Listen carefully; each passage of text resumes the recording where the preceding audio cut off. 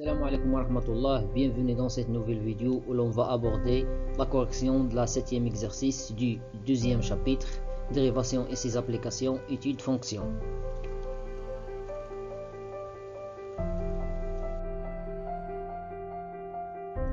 Dans cet exercice, on va étudier la dérivabilité de la fonction f, puis on va déterminer l'équation de la tangente ou bien de la demi-tangente d'après les cas. On a 5 cas à étudier.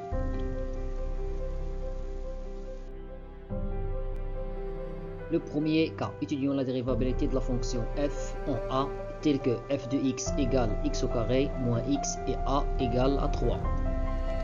On a f de 3, on va remplacer x par 3, c'est 3 au carré moins 3, 3 au carré c'est 9, 9 moins 3 égale à 6.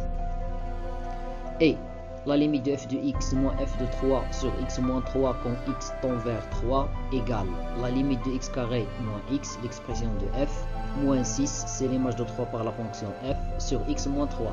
Bien évidemment que cette limite, c'est une forme indéterminée, il faut l'éviter.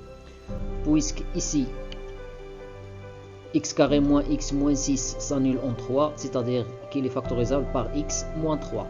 On va multiplier x par x pour avoir x carré, et pour avoir moins 6, on va multiplier moins 3 avec 2. Donc, x carré moins x moins 6 égale x moins 3, tout multiplié par x plus 2. Et par suite, cette limite égale la limite de x moins 3 fois x plus 2, tout divisé par x moins 3. Après, on va simplifier avec x moins 3 et on aura la limite de x plus 2 quand x tend vers 3. Après, on va remplacer x par 3, donc on trouve que la limite égale à 5. Cela signifie que la fonction f est dérivable en a et on a f' de 3 égale à 5.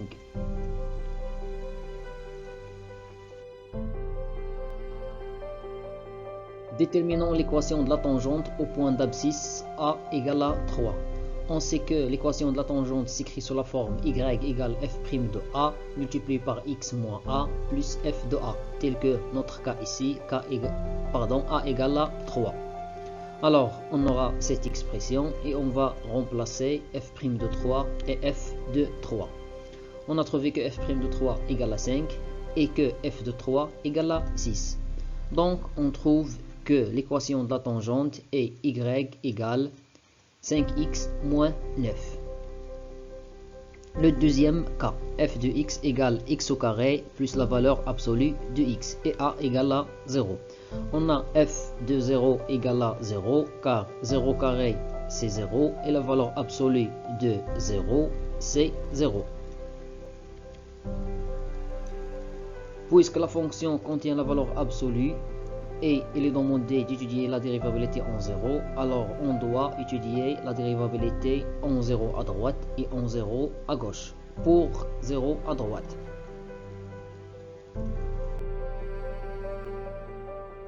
on a cette limite de f de x moins f de 0 sur x moins 0 quand x tend vers 0 plus, c'est cette limite. On sait que la valeur absolue de x égale à x si x est positif et moins x si x est négatif. Puisqu'on travaille au voisinage de 0 et on a x supérieur à 0, alors la valeur absolue de x dans ce cas égale à x. Donc on aura x au carré plus x, après on va factoriser par x, on aura cette expression et on va simplifier avec x. Donc, la limite égale la limite de x plus 1. On va remplacer x par 0. D'où la limite égale à 1. Cela signifie que la fonction f est dérivable à droite en 0. Et on a f' d de 0 égale à 1.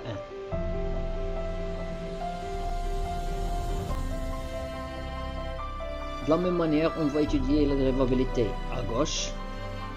Puisqu'on travaille au voisinage de 0 et on a x inférieur strictement à 0, la valeur absolue de x égale dans ce cas moins x, car x inférieur à 0. Donc, on va factoriser par x, c'est de la même manière que l'équation, que le cas précédent. Après, on va simplifier avec x, on va remplacer x par 0, on aura moins 1. cela signifie que la fonction f est dérivable à gauche en 0 et on a le nombre dérivé à gauche en 0 égale à moins 1.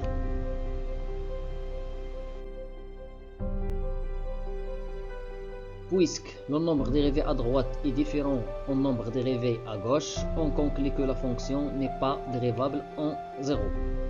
Déterminons l'équation de la demi-tangente au point d'abscisse a égale à 0, puisqu'on a étudié la dérivabilité à droite et à gauche.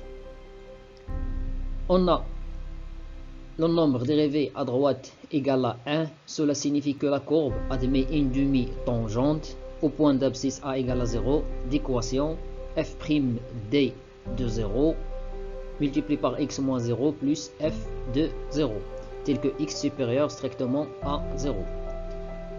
On a trouvé que f' de 0 égale à 1 et f de 0 c'est 0, alors on aura l'équation de la demi-tangente, c'est y égale à x, tel que x supérieur strictement à 0.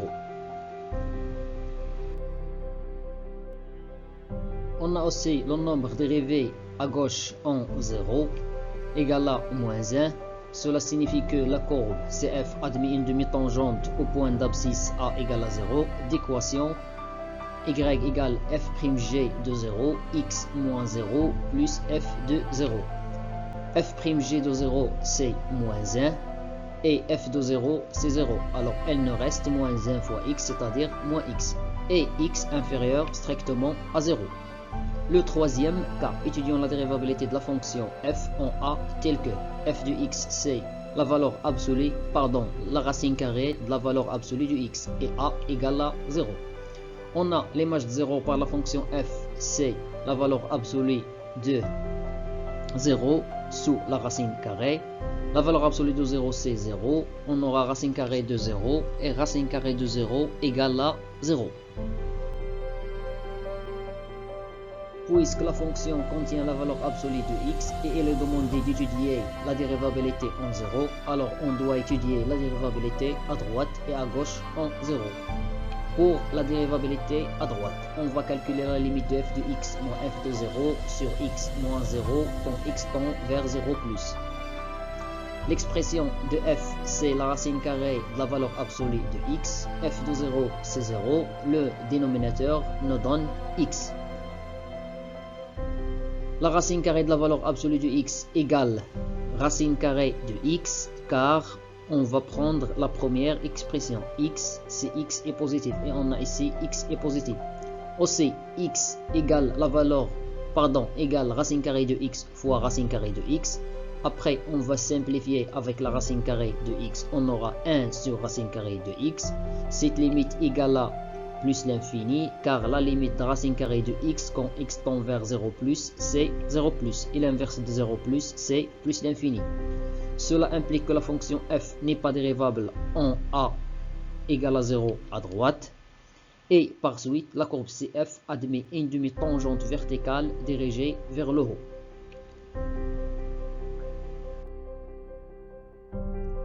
Pour la dérivabilité de la fonction f à gauche en 0, c'est de la même manière. La valeur absolue de x égale moins x, car x inférieur ou égal à 0. Donc, racine carrée de la valeur absolue de x égale racine carrée de moins x. Et aussi, racine carrée de moins x fois racine carrée de moins x fois ce moins égale à x ici, car x elle est négatif. Alors, moins x elle est positif. Après, on aura cette limite 1 sur moins racine carrée de moins x égale à moins l'infini, car la limite de la racine carrée de x quand x tend vers 0 moins, la limite de la racine moins x quand x tend vers 0 moins égale à 0 plus, multiplié par ce moins égale à 0 moins, et 1 sur 0 moins égale à moins l'infini. Cela implique que la fonction f n'est pas dérivable en 0 à gauche, et par suite, la courbe CF admet une demi-tangente verticale dirigée vers le haut aussi. D'après ce qui précède, on conclut que f n'est pas dérivable en 0, puisqu'il n'est pas dérivable soit à droite ou bien soit à gauche. La quatrième question, la fonction est définie par ces deux expressions et a égale à 0. On a f de 0, on va utiliser la première expression car on a inférieur ou égal à 0. Donc, l'image de 0 par la fonction f, c'est 0. Étudions la dérivabilité de la fonction f à gauche en 0, puisqu'elle est définie par deux expressions en 0. Alors, pour l'étude de la dérivabilité à gauche en 0, on va utiliser la première expression, c'est f sur x. Après, a sur b divisé par c égale à a sur b multiplié par 1 sur c. Et ici, on va simplifier avec x, donc on aura la limite de 1 sur x plus 1, on va remplacer x par 0, donc la limite sera 1. Cela signifie que la fonction f est dérivable en 0 à gauche et on a le nombre dérivé à gauche en 0 égale à 1. Géométriquement, la courbe CF admet une demi-tangente au point d'abscisse A égale à 0 d'équation y égale f'g de 0 fois x moins 0 plus f de 0. F'g de 0 c'est 1, c'est ce nombre, et f de 0 on a trouvé que c'est 0. Donc, l'équation de la demi-tangente est y égale à x avec x inférieur strictement à 0.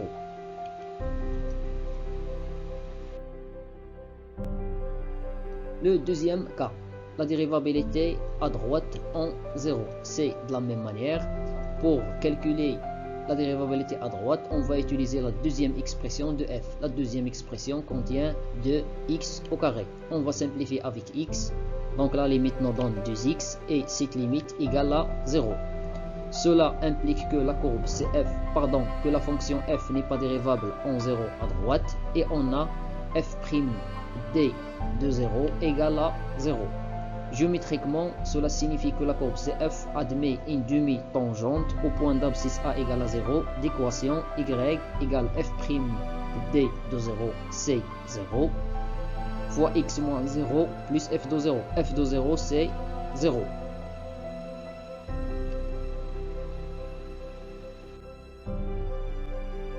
C'est-à-dire que l'équation de la demi-tangente est la suivante.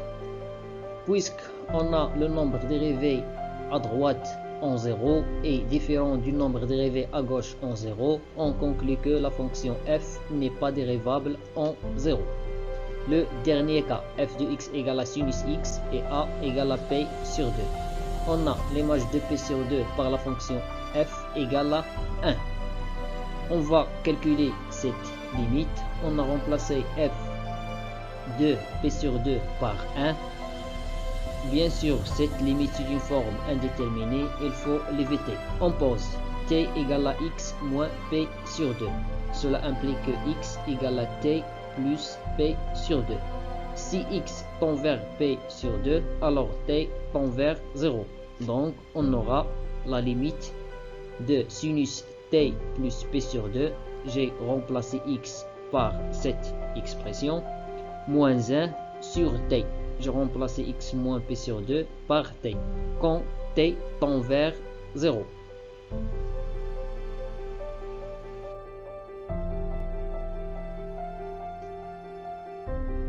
Pour calculer cette limite, on va utiliser cette propriété sur ce terme.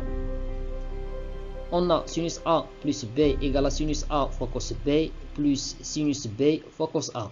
Dans notre cas, a c'est t et b c'est p sur 2. Donc on aura cette expression. On sait que cosinus p sur 2 égale à 0. Alors 0 fois ce terme c'est 0. Et aussi sinus p sur 2 égale à 1. Donc on aura 1 fois cos t. C'est cosinus t moins 1.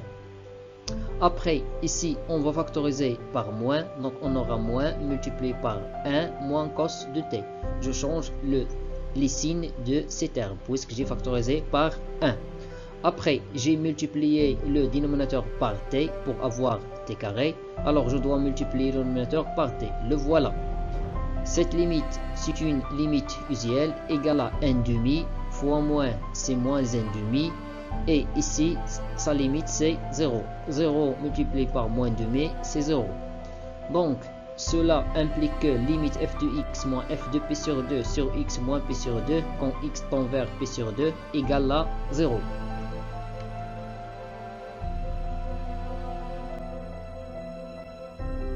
Et par suite, la fonction f est dérivable en a égale à p sur 2 et on a f' de p sur 2 égale à 0. On conclut que la courbe CF admet une tangente au point d'abscisse P sur 2 d'équation T égale Y f' de P sur 2 tout multiplié par x moins P sur 2 plus f de P sur 2. On a trouvé que f' de P sur 2 égale à 0 et on a trouvé que f de P sur 2 égale à 1. Cette expression nous donne 0 car 0 multiplié par ce nombre nous donne 0.